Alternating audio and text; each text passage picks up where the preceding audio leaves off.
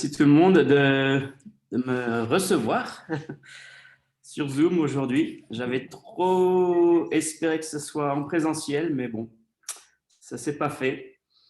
Donc, on va faire ça sur Zoom aujourd'hui.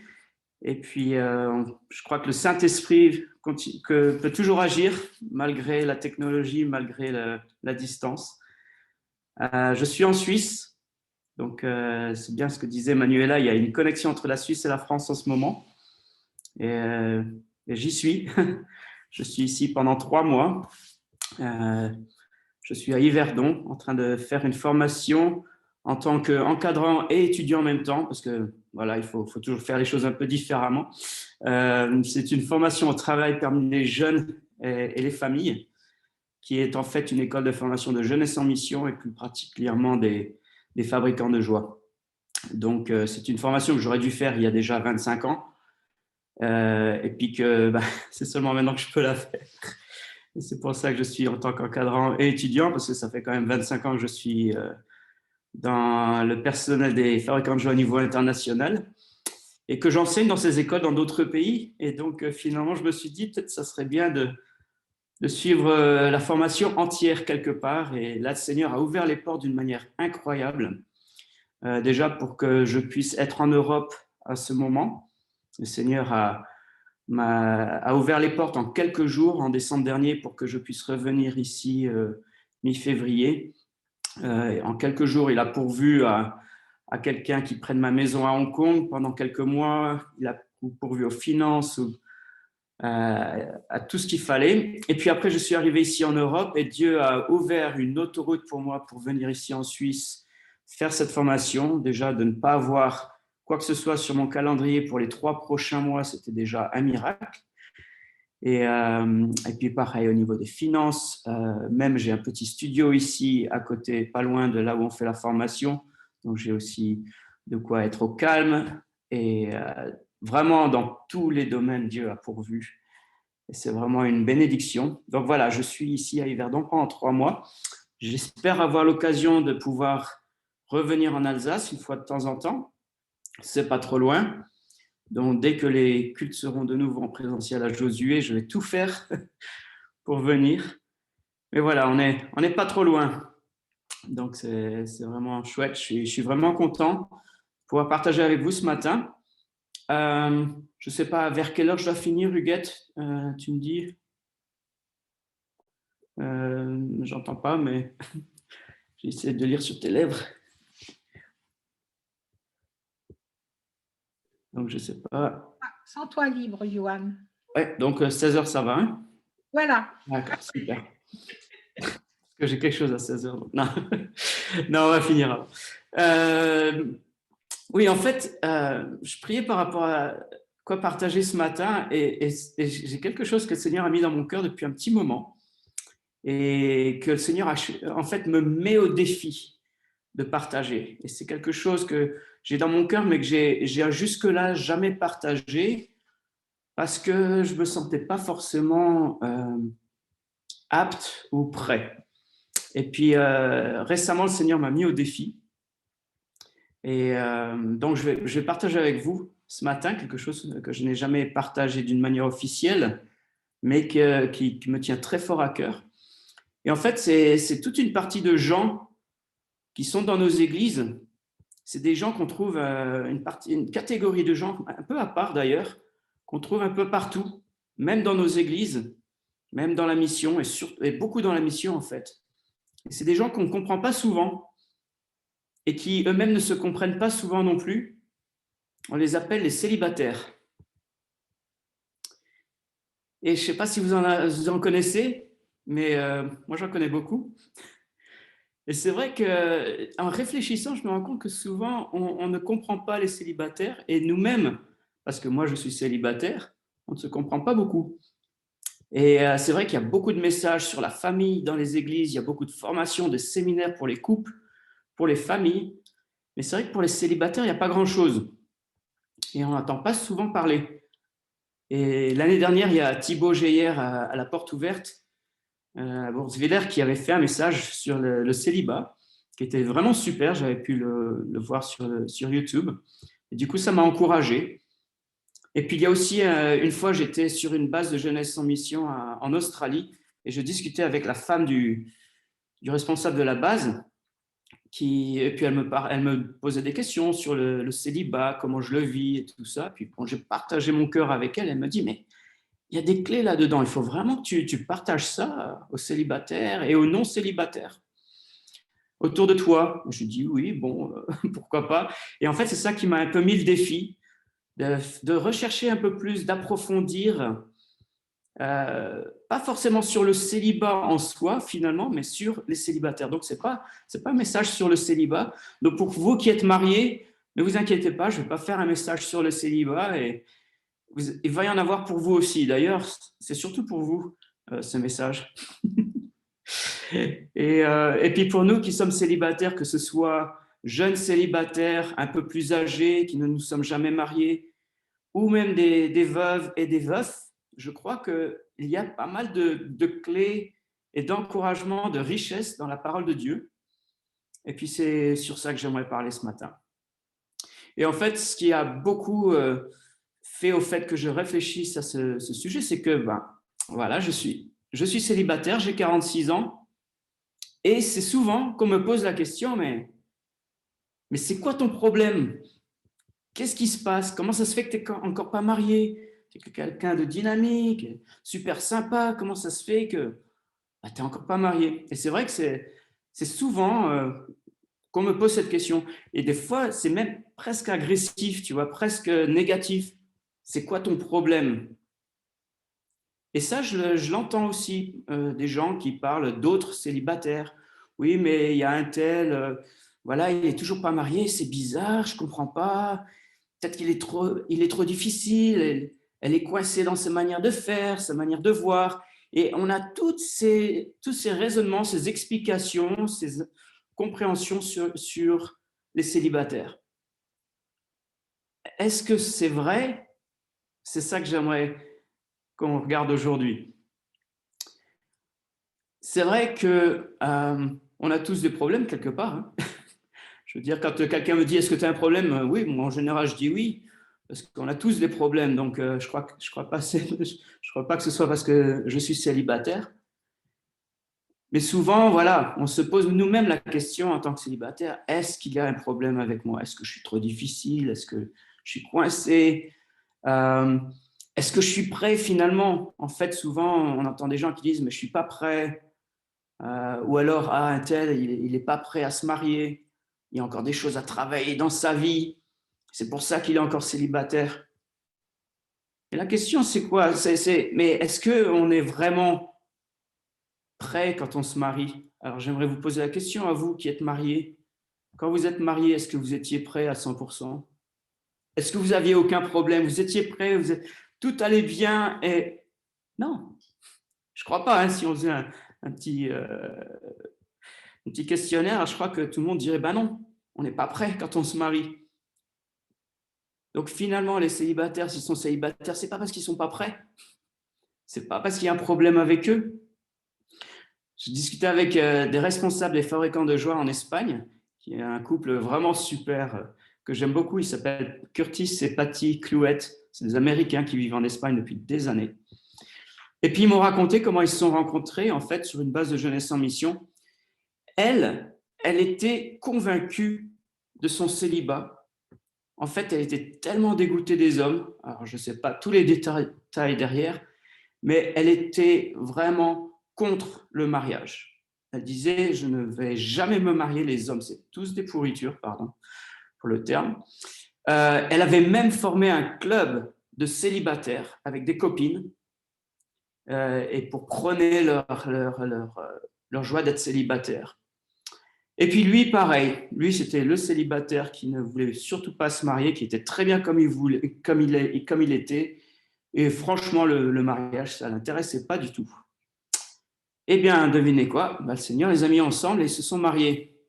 Et ils font un couple magnifique et qui enseigne sur la famille maintenant, sur beaucoup de choses.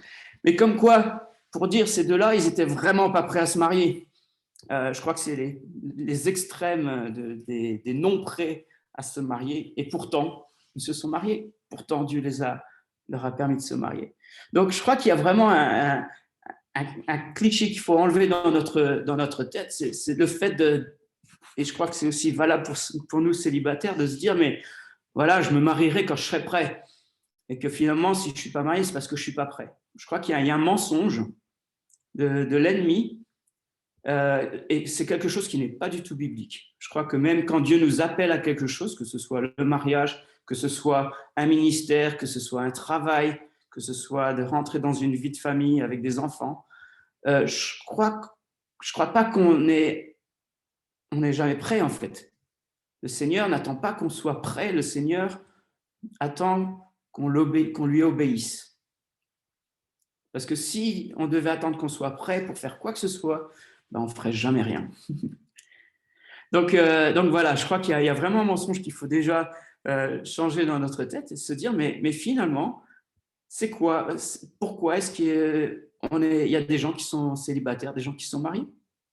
Et en fait, si on veut pousser le bouchon un peu plus loin, si on prend dans 1 Corinthiens 7, versets 8 et 9, ce que j'aime bien dans ce passage, c'est Paul qui dit à ceux qui ne sont pas mariés et aux veuves, je dis qu'il est bon de rester comme moi, donc célibataire, mais s'ils manquent de continence, qu'ils se marient. S'ils n'arrivent pas à se retenir, qu'ils se marient, car il vaut mieux se marier que de brûler. Donc, c'est qui a le problème là? Ce n'est pas les célibataires, c'est les gens mariés. C'est eux qui ont eu le problème et qui se sont mariés parce qu'ils ne voulaient pas brûler quelque part. Non? Donc voilà, on peut mettre les choses dans une perspective différente. Et moi, j'aimerais vraiment prendre la défense des célibataires en disant, mais non, il n'y a rien. Ce n'est pas que tu as un problème, ce n'est pas qu'ils ont un problème, ces célibataires. Je croyais aussi un peu des croyances populaires qui tournent. Et ça, malheureusement, je crois que c'est arrivé jusque dans l'Église. Et encore une fois, ce n'est pas biblique.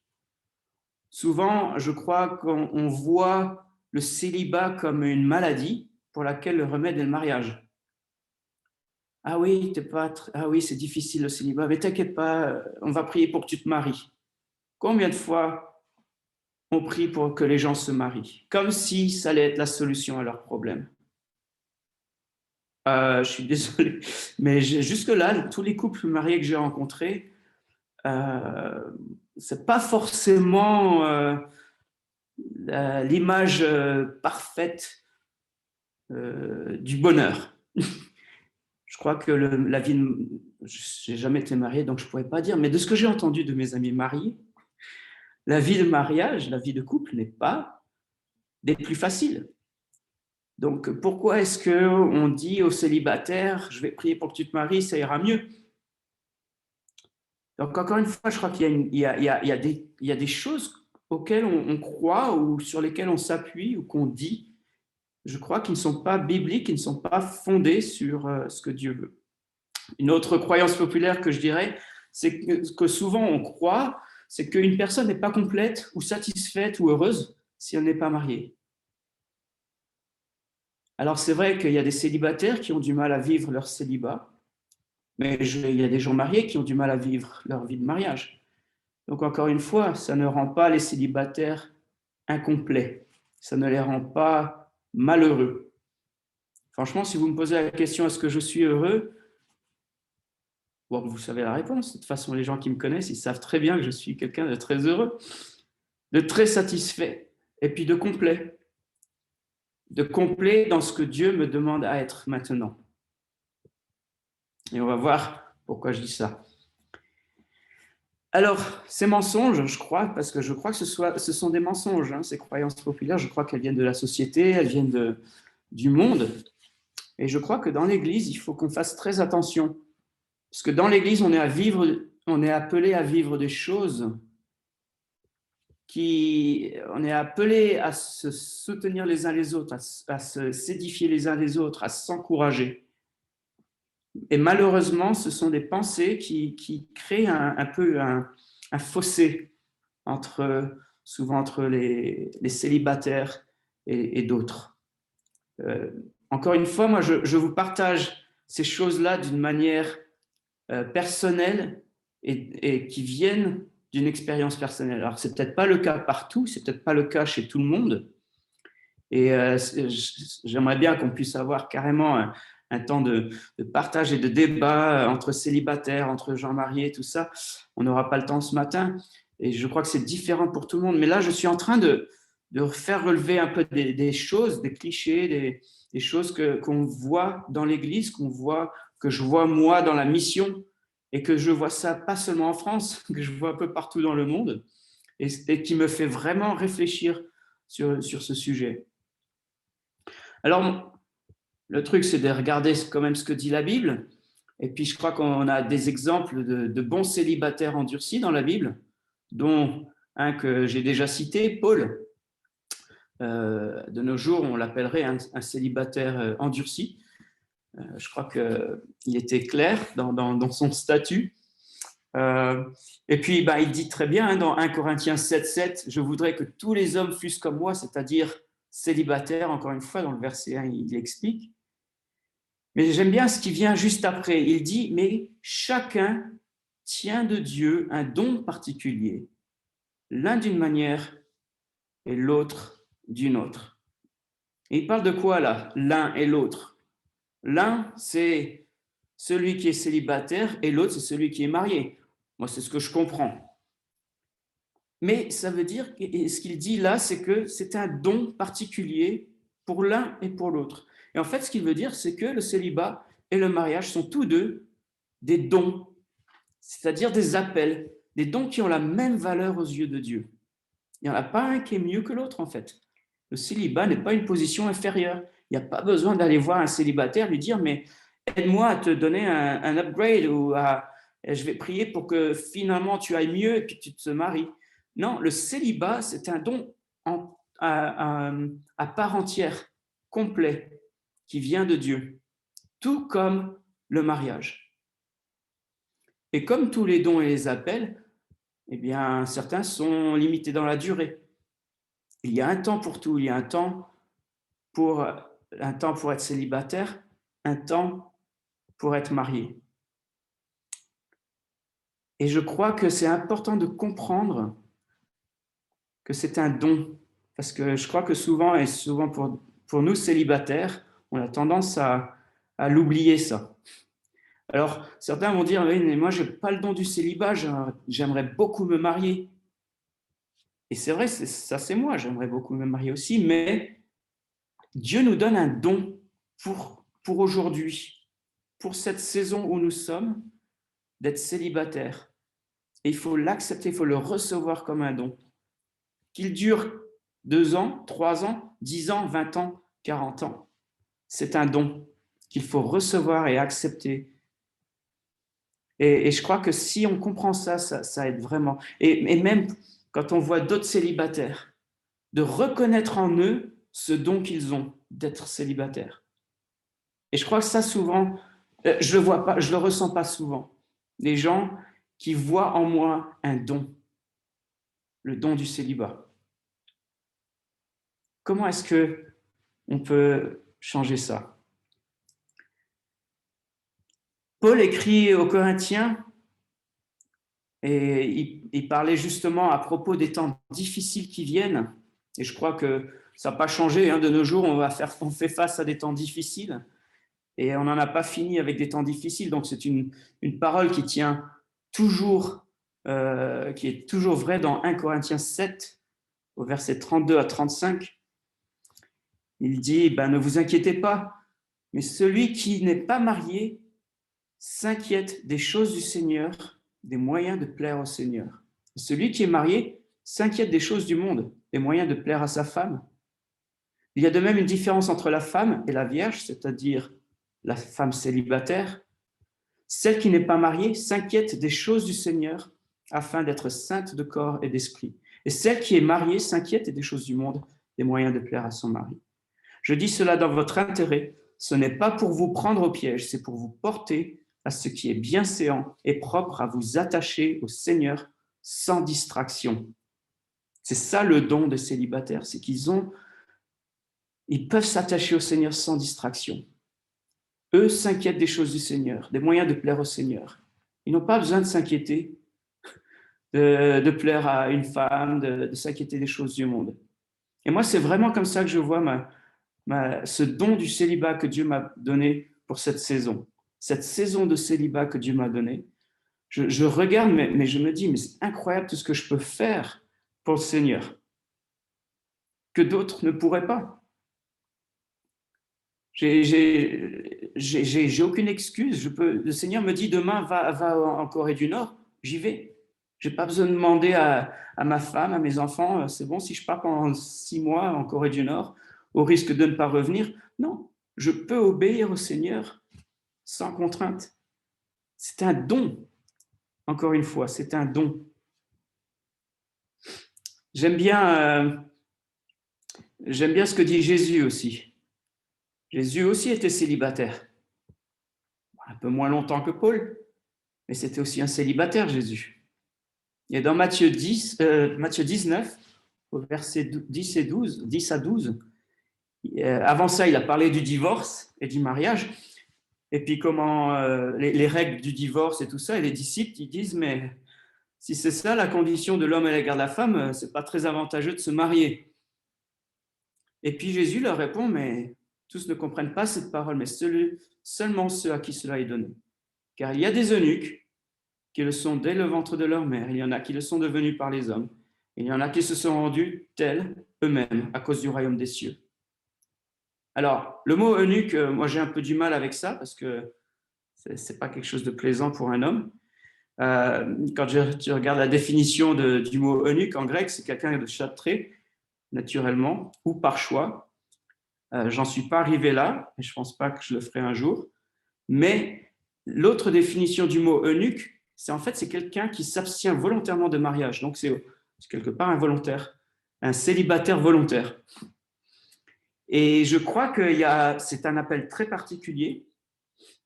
Mais là, la manière dont Jésus en parle, il parle de quelqu'un, de personnes qui se sont rendues volontaires à cause du royaume des cieux. Et en fait, qui ont mis leur vie à part pour le royaume des cieux. Et moi, je trouve que c'est une superbe image. Et encore une fois, ça peut être temporaire. C'est un temps dans une vie, de mettre ce temps à part pour Dieu, d'une manière que d'autres ne peuvent pas. Et moi, je remercie le Seigneur. Et ça, c'est quelque chose que le Seigneur m'a apporté, m'a amené à développer dans ma vie, c'est cet esprit de reconnaissance pour cette saison dans laquelle je suis. De reconnaître où je suis, la bénédiction que Dieu me fait, ce don qu'il m'a donné, et d'être reconnaissant. Paul, il dit d'ailleurs dans Philippiens 4, versets 11 et 13, « J'ai appris à être content de l'état où je me trouve. » Alors, il parle de l'abondance, de la disette, il parle d'être rassasié, d'avoir faim. Mais je crois que cette phrase, « J'ai appris à être content de l'état où je me trouve », est une phrase clé. Le célibat, comme le mariage d'ailleurs, c'est une saison dans laquelle on doit apprendre à être heureux. On doit voir cette saison comme une bénédiction. Comment est-ce que, moi je me pose la question, comment est-ce qu'on peut être heureux dans le mariage si on n'a pas appris à être heureux dans le célibat?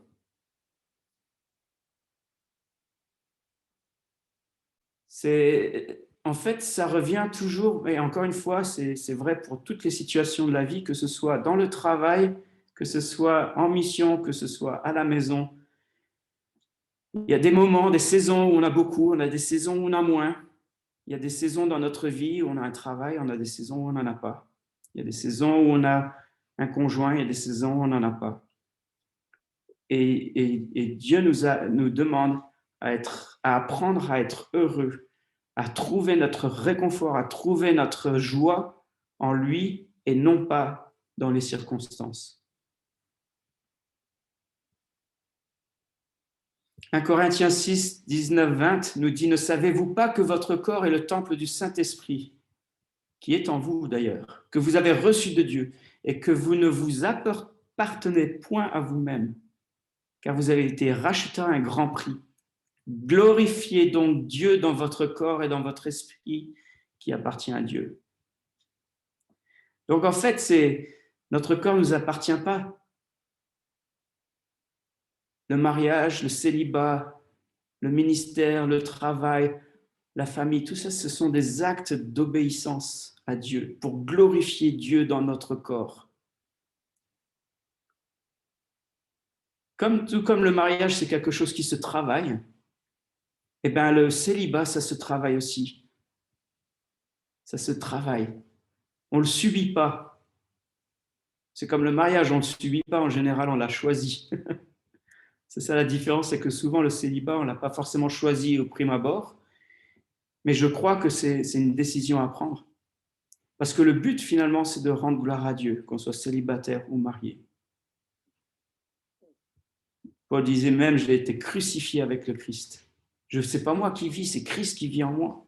Et en fait, comme Huguette nous l'a rappelé au début du culte, dans Éphésiens 1, versets 11 et 12, on a été prédestinés pour que nous servions à la louange de sa gloire. C'est ça le but de la vie. C'est ça notre raison de vivre. On est d'accord. C'est pas gagner de l'argent, c'est même pas notre famille quelque part. Notre but, c'est d'apporter la louange à la gloire de Dieu, d'honorer son nom, de lui apporter de la joie, de lui obéir. Et ça doit se voir dans notre vie de famille, d'hommes et de femmes mariés, mais ça doit se voir aussi dans notre célibat. Moi, je nous encourage à vivre notre vie matrimoniale ou notre statut vraiment d'une manière qui obéit à Dieu, qui l'honore, qui lui apporte de la joie et qui sert à la louange de sa gloire, qu'on soit marié ou qu'on soit célibataire. J'aimerais finir par vraiment une ou deux pensées, donc vraiment de revenir sur le fait que le célibat est un don qui a autant de valeur que le mariage. C'est un temps particulier, vraiment pour glorifier et servir Dieu d'une manière privilégiée que d'autres n'ont pas. Et j'aimerais vraiment qu'on apprenne à le voir, que ce soit en vous, en tant que célibataire, ou que ce soit en d'autres, alors que vous êtes mariés, que vous puissiez en voir dans les célibataires des gens qui ont été mis à part pour glorifier Dieu et pour le servir d'une manière que vous ne pouvez pas. Je ne sais pas combien d'amis j'ai qui me disent, avec qui je travaillais avant, on allait par Mons et par Vaux, on allait dans les pays, j'appelais un copain, on disait, tiens, le mois prochain, je dois développer un camp en Nouvelle-Zélande, tu viens? Ouais, j'arrive tout de suite. Entre célibataires, ça marchait tellement bien, puis maintenant, ces gens sont mariés, je les appelle, ah non, désolé, j'ai une femme, j'ai des enfants, je ne peux plus partir. Et quelque part, je me rends compte de ce privilège et de cette disponibilité des célibataires. Et je crois que c'est quelque chose que le corps de Christ, dont le corps de Christ peut bénéficier, de cette disponibilité des célibataires. Après, il faut être aussi conscient que le célibat peut être difficile pour certains. Et Genèse 2, 18 nous le dit, qu'il n'est pas bon, Jésus l'a dit lui-même, Dieu l'a dit lui-même, il n'est pas bon pour l'homme ou pour la femme d'être seul. Donc naturellement, il y a quand même ce combat intérieur chez les célibataires qui est réel. Et c'est pourquoi ces célibataires ont besoin d'être entourés. Et c'est là que la famille de Dieu joue un rôle très important. Les célibataires ont besoin d'être entourés, de faire partie d'une famille, que ce soit biologique, et ce n'est pas souvent le cas parce qu'ils sont en général pas proches de leur famille biologique, et du coup la famille spirituelle est très importante. L'Église est très importante pour les célibataires. Et j'aimerais vraiment nous mettre au défi en tant qu'Église de comment est-ce qu'on peut intégrer, entourer plus nos célibataires, que ce soit des jeunes célibataires, des célibataires endurcis ou des veuves et des veufs. Comment est-ce qu'on peut les entourer d'une manière encore plus intentionnelle, plus forte? Nous, au niveau des fabricants de joie, au niveau international, on a vraiment une conviction très forte qu'une communauté doit soutenir et nourrir les couples, non seulement les couples et les familles, mais aussi en honorant au même niveau les célibataires, en apprenant d'eux et en partageant la vie avec eux. Et ça, c'est un mandat que l'Église a, c'est d'entourer, de soutenir et de nourrir, pas seulement les couples et les familles, mais les célibataires. Moi, j'ai bénéficié, j'ai été toujours béni. J'ai habité dans beaucoup de pays. Dieu m'a envoyé dans beaucoup d'endroits, mais partout où je suis allé, Dieu m'a donné une famille, ou plusieurs des fois.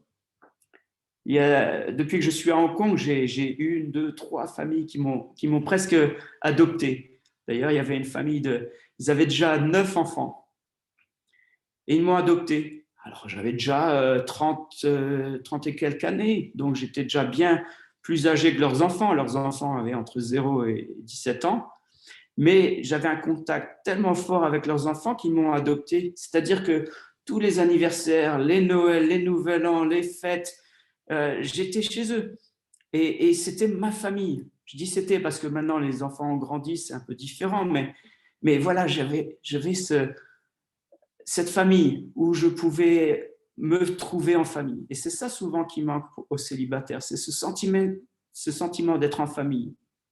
Alors les célibataires se retrouvent entre eux, ils font des trucs, c'est cool, c'est sympa, mais ce qui leur manque vraiment, ce qu'ils ont besoin, c'est d'être dans une famille, de sentir cette ambiance familiale, cet amour familial. Et moi, je vous encourage, si vous êtes en famille ou même en couple, d'adopter les célibataires, de dire, bah, tiens, on va être intentionnel le dimanche midi, d'inviter des célibataires pour venir manger chez nous, ou pour les fêtes, ou pour vraiment d'être conscient des célibataires qu'il y a autour de vous. Et moi, c'est vraiment ma prière, c'est que vraiment l'Église devienne un lieu où les célibataires se sentent aussi à l'aise que les familles.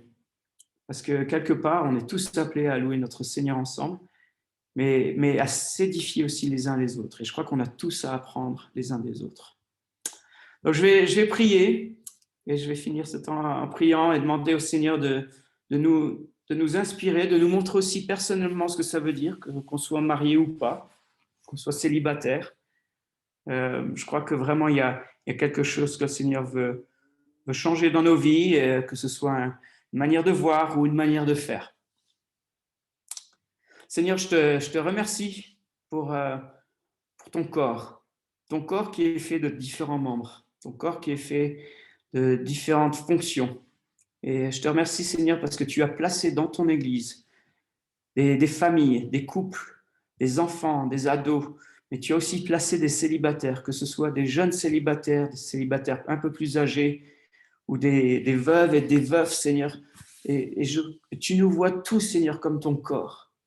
Il n'y en a pas un qui est plus important que l'autre, Seigneur. Merci parce que tu nous as tous appelés à faire partie de ton corps et tu nous donnes une fonction bien particulière, Seigneur. Et moi, je veux te remercier pour les célibataires dans l'Église, Seigneur. Je te remercie de cette catégorie de gens que tu as mis à part, Seigneur, pour ton royaume, Seigneur, pour être disponible, pour pouvoir être prêt à faire des choses que d'autres ne pourraient pas. Et Seigneur, je prie vraiment que tu encourages ces célibataires dans notre Église, dans l'Église, Seigneur, afin qu'ils comprennent, Seigneur, qu'ils sont appelés à quelque chose de particulier, mais aussi d'enthousiasmant, de super pour cette saison de leur vie, Seigneur. Et que vraiment le corps de Christ autour puisse les encourager et voir ce don qu'ils ont, Seigneur. Je te remercie, Seigneur. Je te prie vraiment de continuer à nous encourager dans ce sens-là, Seigneur, dans le nom de Jésus. Amen.